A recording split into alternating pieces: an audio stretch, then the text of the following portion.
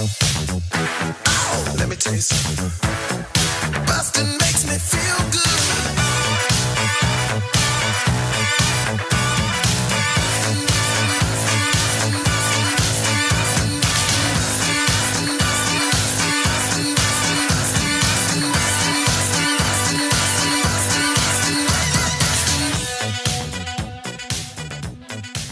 Hey everybody, welcome to Blockbusting, the podcast where we love to hate the movies. I am your host, Jay Light. Joining me today from illustrious Burbank, California, my favorite sleeper city, Alcheh.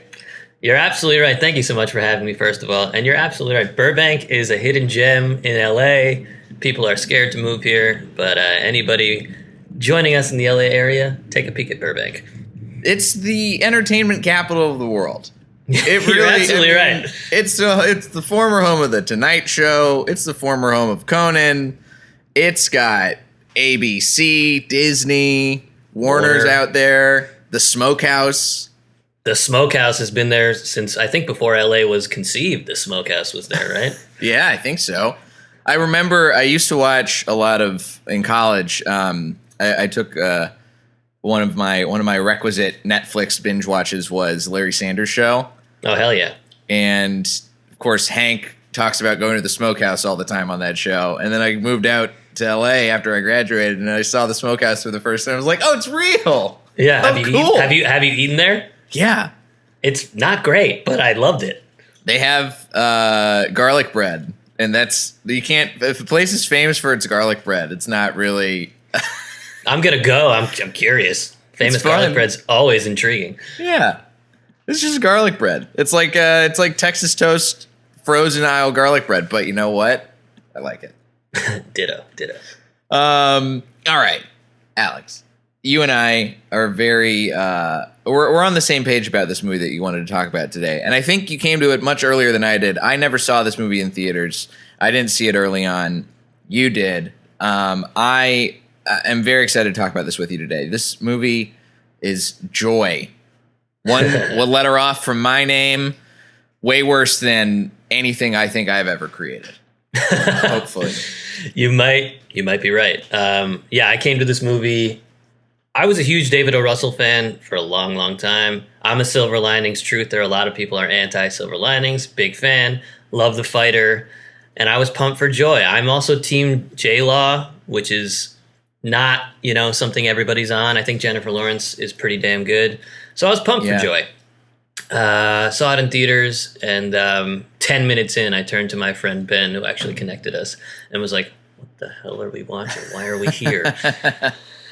And it was a rough go. And then to try to alleviate that pressure, to try to alleviate the pain of watching that movie, we went to immediately after try to go see Hateful Eight, and it was just not the right setting to go see a 3-hour Tarantino Western after watching Joy. So it was a rough night. So yeah, Joy, it was tough. I can imagine, watch. especially because I haven't seen Hateful Eight still. That's one of the only Tarantino films I haven't seen. But tonally, I can only imagine that a locked room, Western Agatha Christie kind of riff is way different than this movie, which is chaotic and very oddly paced and all over the place. It felt, one of the earliest notes that I wrote down when I watched it was that it felt like a shitty Safdie Brothers movie. That's incredibly accurate. They tried to make tension where there is none. It was wild. Absolutely. Yeah, it doesn't work the way that it's conceived now by any stretch of the imagination.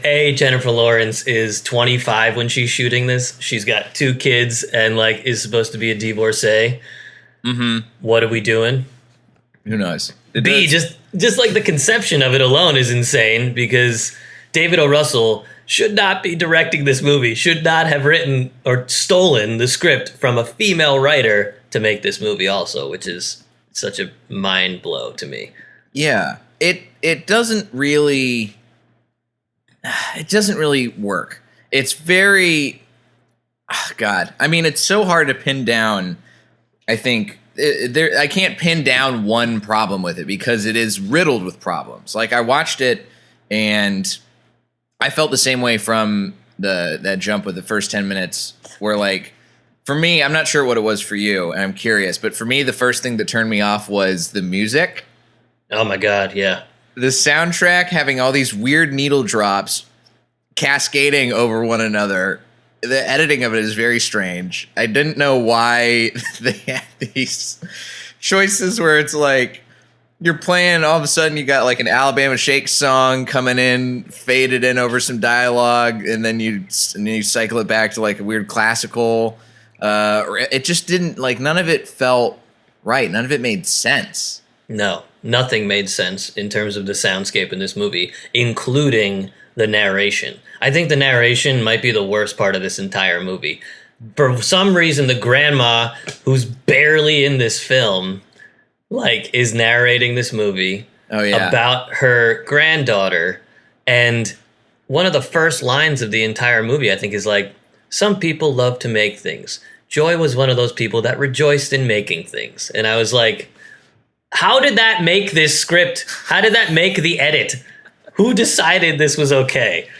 So from like the first 5 minutes, between the music, between the weird like David O. Russell like swooping like push-ins that he does that are just like totally jarring in this movie that make no sense for this type of film, and the narration, within that first 5 minutes, I was like, this might be the worst movie I see ever.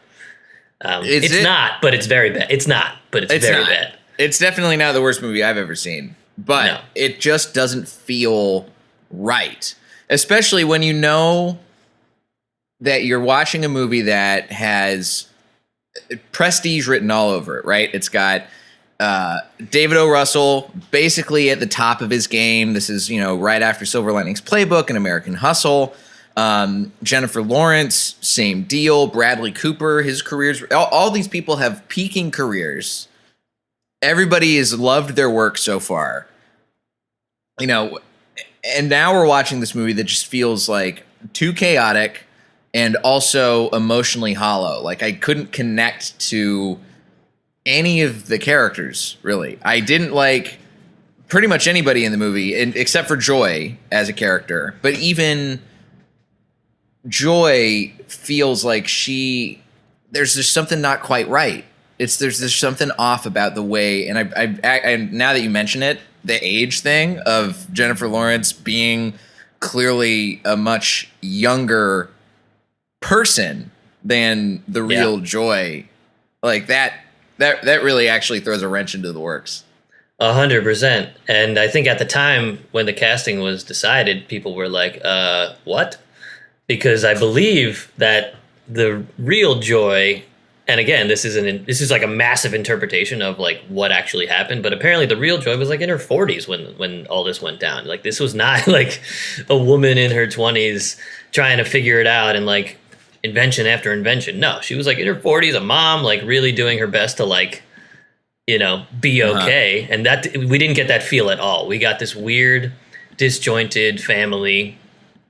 Some fun things with Robert De Niro here and there, but you're constantly like, why is everyone in every scene in this movie? That's a David O. Russell trope that doesn't work for this movie. Yeah. Every one of the characters is in any big set piece, and it makes no sense. It doesn't work. It doesn't work. It's like it's a trope. It feels very like Greek chorusy, but this movie doesn't need that.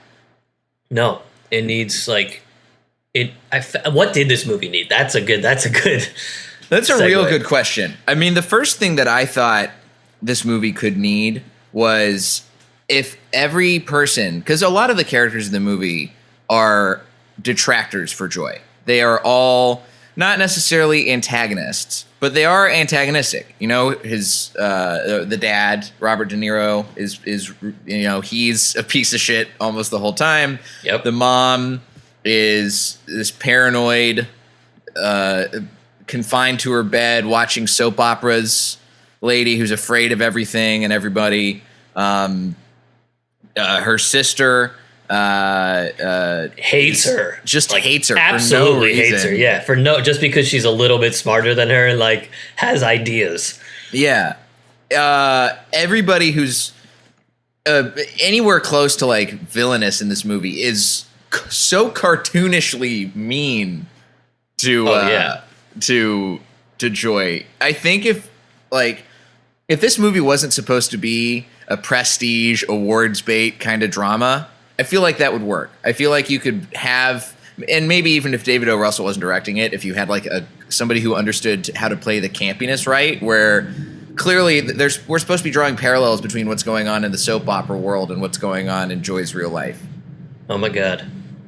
That soap opera world, though, is such a foolish tactic in this movie. I don't think it works at all. I don't think it does either. I think that it only serves to highlight how different what we're seeing in the movie versus what we're seeing in that soap opera world is. Like, if the actual movie was played more like the soap opera, I feel like it would work. Mm-hmm. I feel like if it had that level of campiness and winking at the audience to it, then it would work. But it's not. It doesn't have that. Instead, we're playing, everything is like, all right, this is going to be, we're making this is a film, a capital F film, and we're going to make sure everybody who's in it is really coming in at the top of their game. But the top of their game is cartoonish and buffoonish, and it doesn't feel like it fits with where the movie is trying to go. Absolutely. I completely agree. Going back to the like devoid of emotion that this movie has, there's easy ways to make this movie pop on an emotional level if they chose to like connect the mother to any sort of groundedness in any sort of way. Like she's a empathetic character.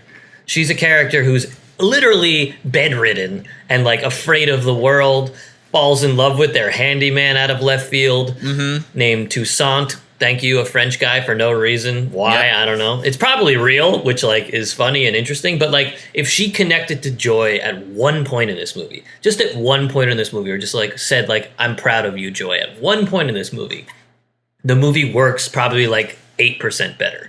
Yeah. But we don't get any of that. We don't get any of that. We don't get anybody patting Joy on the back, which I guess is, I don't know. I mean, we eventually do get somebody patting Joy on the back, and Bradley Cooper, who also feels miscast in this movie. Like, yep. I get wanting to, from a director's standpoint, wanting to keep using your muses and the people who've worked well with in the past. Sure. But it seems like a real misfire to cast Bradley Cooper as this QVC exec. He just doesn't feel like the right person to play this role. That's the biggest thing about this entire movie. Like, I would say the only person who is correctly cast is De Niro in the main four roles. De Niro's correct in this movie. And you have great actors in Bradley Cooper and Jennifer Lawrence who can play the role. But this is a studio film.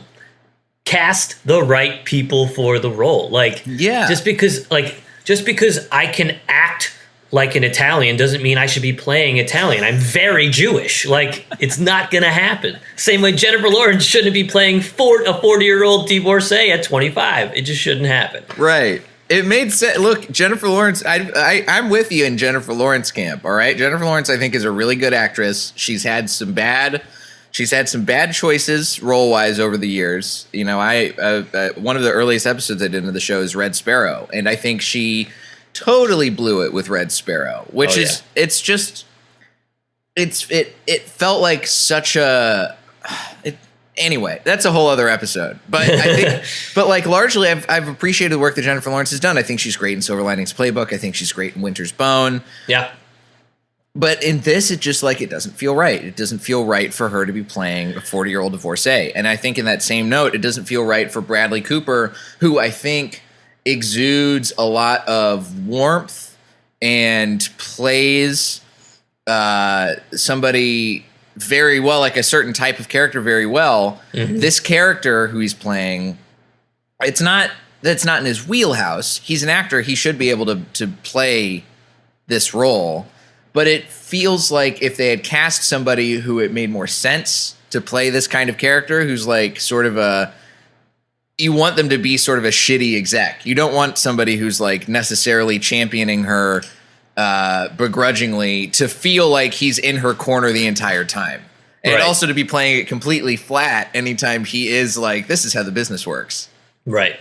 He's just like, yeah, this is how it goes. So sometimes, people don't buy your thing, but sometimes people buy your thing. It is what it is. Right. It's too matter of fact.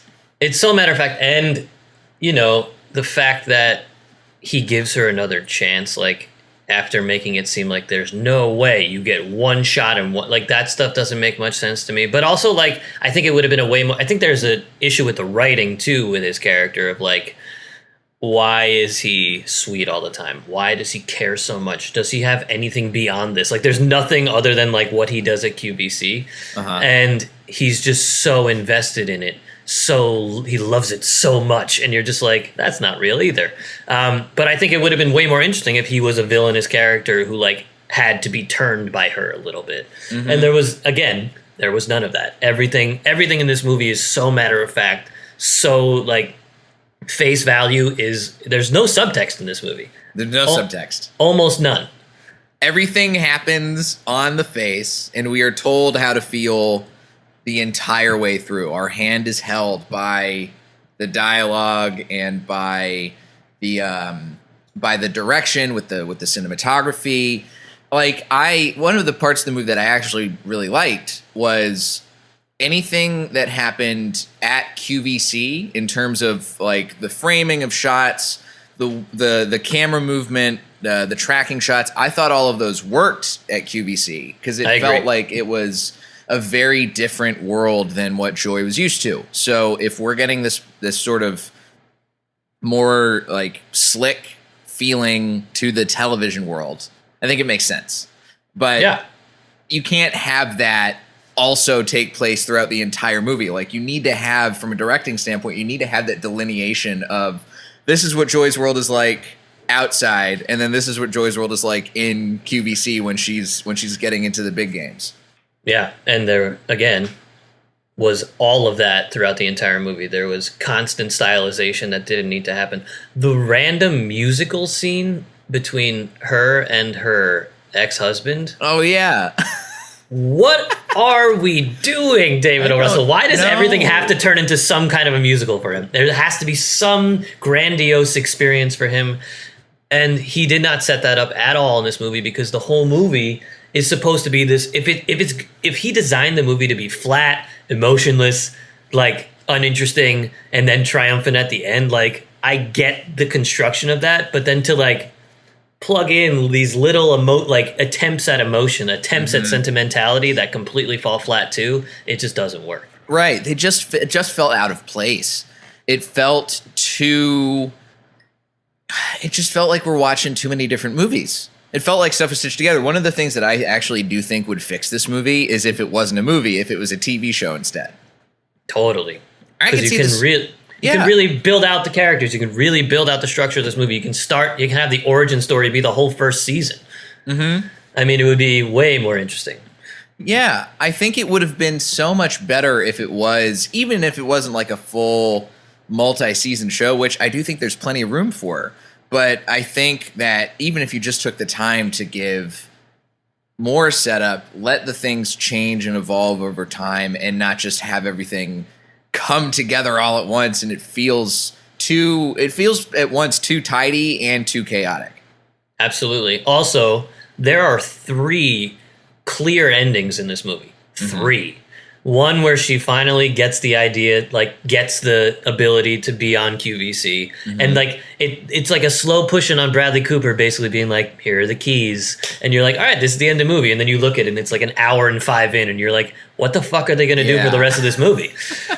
And then, like, 20 minutes later, the second ending is when it's like 50,000 calls. And they're like, oh my God, this movie's over. Triumphant. An hour and a half movie? Perfect. All right, an hour and a half. I can live with this movie being an hour and a half. And then you look again and you're like, there's 38 more minutes of this movie. And then the third ending, which is, like, easily the worst ending of the movie, is her cutting her hair and her having, like, the badass new haircut with the leather jacket. Yeah. And, like, if that was 38 minutes earlier, maybe that ending would have, like, made me feel like this movie could be saved. But I was like, this is after 2 false endings, and you did, like, the classic, like, she's doing the come up haircut. Let's go. Dude, that ending too, I also, like, So the haircut thing, I was like, okay, I guess this is where we're going. And then to have the whole sequence happen after that, where she's at the hotel in Dallas and she's talking to the cowboy hat bolo tie exec who's been fucking her over this whole time, and an opportunity for there to be a stylized, shown conversation between her talking to the guy in Hong Kong and her making this journey is totally squandered. And instead we get this weird, tidy, like, I had this conversation with this guy and he said, you're wrong, so fuck you and give me more money. And it just doesn't feel right. It feels like it's another a huge missed opportunity. Everything comes together too easily and too neatly. And it's all, I feel like at that point, David O. Russell like gave up. 100%. I think that is the byproduct of him not knowing this story inside and out, him stealing a script from Annie Mumolo and making it his own weird stylization. And if she was actually still writing that movie, she's a freaking genius. She's also a comedic genius. So everything that we've been talking about, I think would have been saved had Annie Mumolo been heavily involved in the script from pre to post. Yeah, and that's one of the things I'm interested, because I actually don't know a whole lot about the script side of the movie. I remember being surprised to see Annie Mumolo's name in the credits because I had no idea she was involved with this at all. Do you know what happened, how that all went down? So there's very little. It came out recently, but from what I gleaned from like Variety and Deadline and whatnot was she wrote the script. She brought the script. It was supposed to be her script, and then David O. Russell essentially and the studio took it, bought it from her, and then changed it dramatically, didn't consult her on it, and gave her a story by credit instead of written by. So things changed dramatically, I would imagine, from the inception of that script to what we saw on the screen. Yeah, I can imagine. I mean, I feel like the crazy thing to me is that like I know there's a story here. I recognize that there's a story here, and I think that I would love to see what Annie Mumolo's original script was like, because I feel like there's so much to the story of Joy, and there's so much. Every once in a while, you'll see a twinge of it in this movie where you can see, okay, this is clearly supposed to be a story about somebody fighting for their dream and trying to overcome the odds and learning how to evolve and grow and become their own person and leave all of these other anchors behind of, ex-husband, having a better relationship, eventually have a better relationship with them, finding a way to have a better relationship with your family. All of that stuff is there. Those seeds are planted. But instead of having room to grow, they all just get trampled on, and David O. Russell throws his own seeds into the mix, and it just becomes this weird hybrid garden that it's pretty to look at, but it doesn't really have any substance to it. Yep, that's nailed it on the head. I mean, that's exactly what it feels like. There's no ifs, ands, or buts about it. So I'm super curious to see what Annie Mumolo's script was like as well. But she came out recently in this art. This is like a very recent thing, so clearly she still is slightly bitter about it, and deservedly so. And there's the biggest thing to me. Keep going back to the David O. Russell thing is like, if he came out in 2021 saying, I'm directing Joy, a story about female empowerment, a story about breaking the odds for women, people would rake him through the coals. The fact that this was 7 years ago, or when he filmed this, there's no reason for him to be making this movie. This should be a female-led movie through and through, in front and behind the camera. Yeah, it should have been. I think there's so many great female directors who could have done fantastic things with this movie. You could have gone the comedy route. You could have gone the drama route. And instead, they just let David O. Russell do it. And then... here we are. Here we are. Here we are with a Jennifer Lawrence Oscar nomination somehow, but here we are. Somehow. I just don't know. How did she get nominated for an Oscar for this movie? She won the Golden Globe, first of all, which is insane. For comedy or musical, at least. Not for drama, thankfully. That's also the most fascinating thing, too. This movie is not funny. This No. movie has no comedy. I did not laugh a single time. I think I may have like slightly tittered at De Niro at one point, but that was really it. Overall, this movie is devoid of comedy and devoid of emotion, and yet Jennifer Lawrence nominated for an Oscar. It was a weaker year, I'll give her that, and she's solid in it. Like, she's always good, but this is like a layup for her. She didn't really act in this movie. No. It's so... I don't know. It's just, it's too straightforward. It's not really acting. She's just showing up and saying the lines and looking around wondrously every once in a while. And it could have been... There's just so many missed opportunities in this movie, man. It just feels like I want to see a good version of this. Like, I'm not sure, besides recasting stuff, what the best way to fix it is. But I mean, that's a good place to start, I think. Yeah. What to fix? Have a better director in there. Yeah, director. I mean, and not a better director. I think David O. Russell's a fine director. I just don't think it works here. Have the right director in there. Have, who directed Promising Young Woman? Oh, Emerald Fennell. She would have crushed this movie. She would have crushed it. She would have been great. I think if we had... I'm looking up female directors now, because unfortunately all the ones, because I'm trying to think of ones that were working at the time, and all the ones that I'm thinking of now. I mean, I think it would have been cool to see Catherine Bigelow direct something like this. Like, Catherine Bigelow would be great. She does big action pieces, but I think it'd be really cool to see her do like a fun, interesting drama. Yeah. I think it would have been interesting to see like a Sofia Coppola take on this. Oh my God, yes, Sofia Coppola. I'm a huge Sofia Coppola fan, so yes, sign me up. Yes, Ava DuVernay would be a great director for this. Unbelievably good, and you'd actually get like an interesting perspective behind the camera. Mm-hmm. You'd finally have somebody who actually understands it with any of these options. Somebody who understands proper way to show female empowerment. Right, who also had to do what Joy did, essentially. Yeah. Come up from nothing, show that you can do it, and then boom. I mean, endless options, I think, in the female director sphere that David O. Russell had no business directing this. It's so... I mean, honestly, you could have even had, like, somebody from Shark Tank. You could have had, like, Barbara Corcoran or Laurie Grenier direct this movie. Like, get Laurie in there. She made QVC part of what it is now. Why not have her direct it? Why not? Throw her a flyer. She would have loved it. Yeah. She would have loved it. At the same time, like, yes, directing is one thing. There's also, like, we've been talking about these tidy endings that they keep coming up with. So at the same time, it almost needed to be, like, a half hour shorter or a half hour longer. For sure. The 2 hour and 4 minute mark is like a foolish place to end a movie, because at that point you're like, okay, either this was too long, you drag this on, we built this out, the denouement was BS, or we need more to actually see what's going on with these people instead of these tidy endings.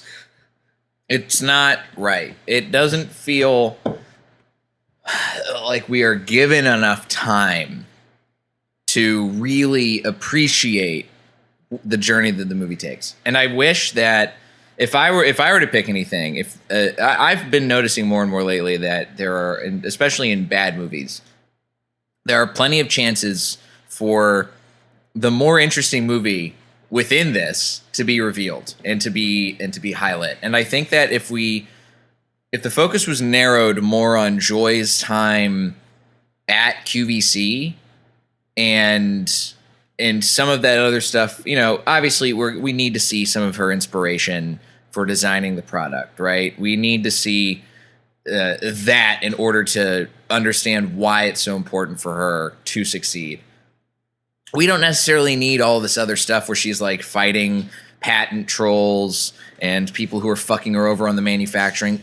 That's all. It's unnecessary. Like, I get why it's in the movie, but it doesn't need to be in the movie to convey the same message that we're trying to get across. Exactly. We also have references to these higher ups in QVC consistently. Bradley Cooper's talking about his boss, and I'm in the lawyer meeting, and I'm in this, and we don't meet any of those characters who could be foils for Joy constantly, which would make for, like you said, I think miniseries or even like seasons of drama. Like the come up is just like the first half of that season, and then how does she maintain it is, I think, a way more interesting story, especially like, are you a one-hit wonder with a mop, or can you actually continue to do this? Like, I just think that that's an way more interesting story. This movie should have been called One Hit Wonder with Mop. Right. Then I would have made totally watched that. I know what I'm getting into. It also made it did still do well. Like, it still made like $100 million at the box office or something like that. So yeah, like, on a $60-something million budget, which is pretty. I mean, it's pretty fucking solid. But it got a B+ on Cinema Score. People loved it coming out of the theater. I don't know if people did they. Oh my god. I mean, here's the thing: is like audience scores. I can never trust the audience score because audiences are stupid. Agreed. I love and hate audiences. Yeah, it's fascinating. I think that this movie is definitely it's a curious piece of filmmaking. It's got some interesting stuff, but it just doesn't feel right. Is there something else that you think people should watch instead of this that maybe gets what this movie was trying to do and does it correctly instead of gumming up the works with too much David O. Russell-ness? Man, that's a good question. It's tough. That like female empowerment story is tough to really nail down. Like coming from nothing to something is always like, it's a tricky business to find that like sweet spot of like, I believe that this is real. I believe that like this is like emotionally interesting. The characters are full and not just archetypes. Like that's a tricky dance. I mean, I can tell you something that didn't work either. That should have also been like the series. Like it's way easier to say that than it is to like define. I mean, do you have one? Because it's hard. No, I mean, it's like I can't picture. I mean, one of the things I've heard Hidden Figures is really good and does this kind of story. Hidden Figures is solid. That's a good one. It. Hidden Figures is good and definitely one that I would recommend. Yeah, I saw that on my second date with my wife, and great date movie. Nice. But yeah, that's a great example of it. Of a good like coming up, female empowerment. You know, definitely done well. Also, like science is also just something that's way more interesting than mops. So like, yeah, that's probably gonna work a little better. So if the story wasn't about mops and was actually about the entrepreneurial spirit, I would have loved this movie. Yeah, exactly. I mean, Erin Brockovich is like one that like definitely is in that same vein. I've never seen it. I'm gonna look up. You gotta see Erin Brockovich, man.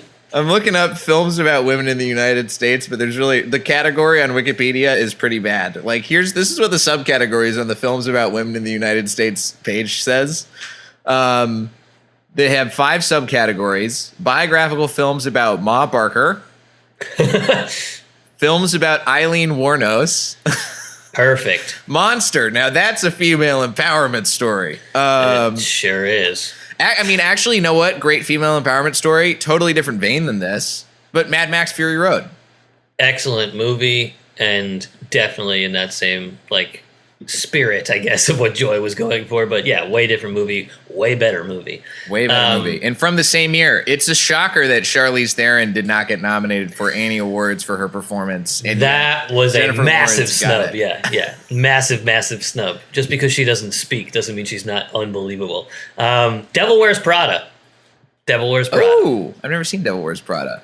Oh, man. Look, dude, I got a lot of blind spots, okay? All right, Alex? I got some problems. Well, I didn't want to do this to you today, but yeah, let's watch Devil Wears Prada, man. It's a fantastic film. I'll defend that movie any day of the week if anybody has anything to hate on it. I feel like people don't have anything to hate about Devil Wears Prada. I mean, I could be wrong. If somebody is hating Devil Wears Prada, please let me know. But that's all about like female empowerment, nothing to something, didn't know that she wanted to do anything with her life to like being a mogul. Like, same deal. Better done. If there's anybody, by the way, I'm sure that there are some female listeners out there. Please tell me other female empowerment movies, because I am grasping at straws, and I don't like that I'm grasping at straws to think of $1 Million Baby movies. Is it a good female empowerment movie though? Not. Is it still female empowerment if she gets her neck broken at the very end? It's a good point. That's a good point. I listen. I got a few things on my list to watch now, and that's good enough for me, Alex. And I'm glad that we got to relive our trauma of joy together. Me too. I'm glad you didn't take your wife on second date to this movie instead of Hidden Figures. We may not have made it this far. Nope. I can see why. Is there a place on the internet where people can find you? Social media? I know you're in Dear White People, so people should check that out. Yeah, check out Dear White People. I'll be gracing your screen for half a second on the morning show this season. And Nice. you can catch me on Instagram at Alcheh, Aalcheh. And that's about it. Wonderful. You can find me at Diet J on Twitter and Instagram, jlightcomedy.com for show dates, both live and live streamed. If you like the podcast, please consider telling a friend or subscribing to the Blockbusting Patreon, where you get bonus episodes and access to my film library if you throw in enough scratch. And Alex, thanks again, man. Yeah, this was great. Anytime. This is Blockbusting. Go see something good for a change.